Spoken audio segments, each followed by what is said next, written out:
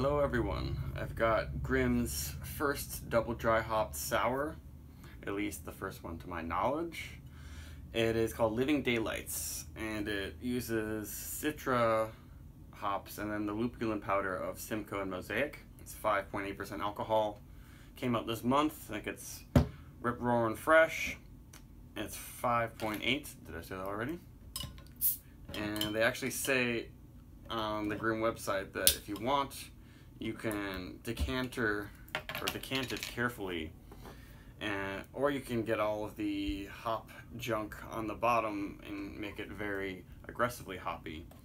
I'm probably just going to pour a little bit of whatever's happening in there and then maybe see if I can get some more sediment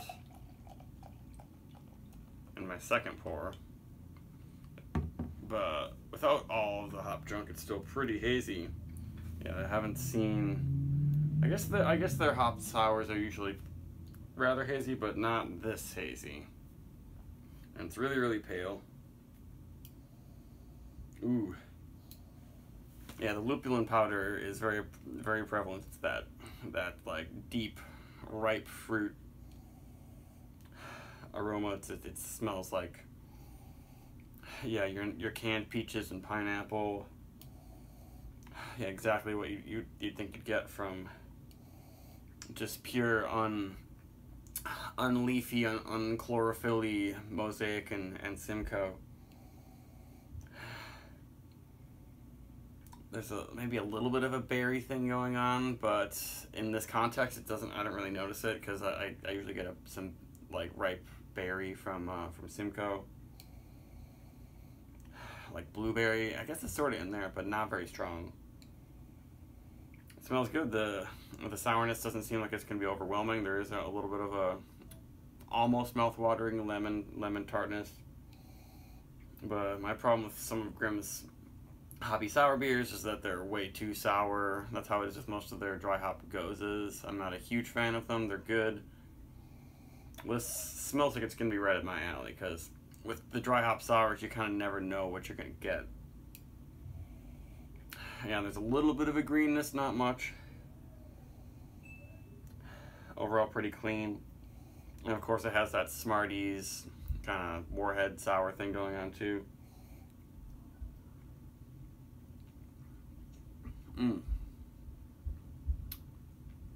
Yeah, more of that generic tart candy, sweet tart thing happening in the flavor, but the hops linger quite a bit. Yeah, lingering with this like cotton candy, bubble gum, fruity, like basically it's lupulin powder's flavor on the tongue. It's really nice. It doesn't just like turn sour and everything else disappears. It's got a little bit of body too.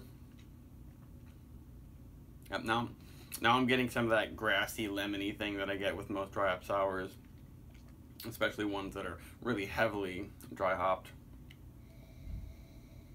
But I'm not really getting any weird, sweaty, skunky, garlicky type stuff.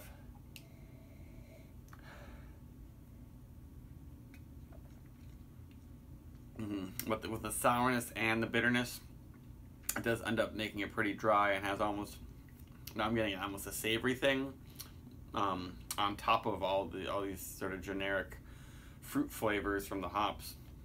Like when I say generic, I mean like sort of fake taffy, Smarties, that sort of stuff. But there is also the element of that canned tropical fruit and stone fruit. But it seems like if you're paying attention to one thing, you can notice that more. But it's interesting how there are kind of layers of flavor in this beer. But it is pretty hop forward even without all the sediment. Let me pour a little more. See what that does to it. Yeah, but a lot of it is at the bottom. I can't really tell. But it made it maybe a little bit more opaque. The head's nice though. The head's not dying down. It has the, general Grimm quality happening for sure. Yeah, it does seem like you just took like a double dry hop Trillium and mixed it with a really good Berliner Weisse a bit, which most people probably would never do that, and it probably wouldn't turn out to be as good as this one. I think this is done really well. It's not too bitter, so that it's just really dry and kind of raking the tongue with acidity and bitterness, but it definitely dries out after all this fruity, because it's super fruity, lots of candy flavors. It makes it really fun. But then it turns refreshing and not too crazy on texturally on the palate, though it is very interesting. Though it's grainy, it's kind of full, but not a full body. It doesn't have like a syrupy sweetness or anything like that at all.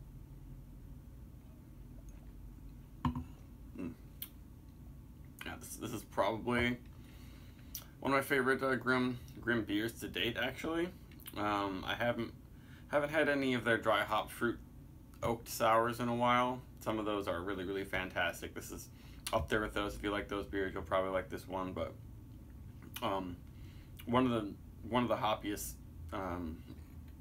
sour beers I've probably ever had. And I don't know if I've ever had any double dry up sour beers before. And a lot of your dry up sour beers, if they're like oak aged ones, you might not get them super duper fresh like this. But this is, you know, just a quick kettle sour type thing. And Grimm, yeah, knows what they're doing. I hope they keep experimenting with double dry hopping and lupulin powder, and mix some lupulin powder with fruit in one of their sour beers, and that would be very good. I would give this, and maybe even up close to like a 90. It's very well done, exactly what I want to be drinking right now. So how about 88 bags of popcorn? Goodbye.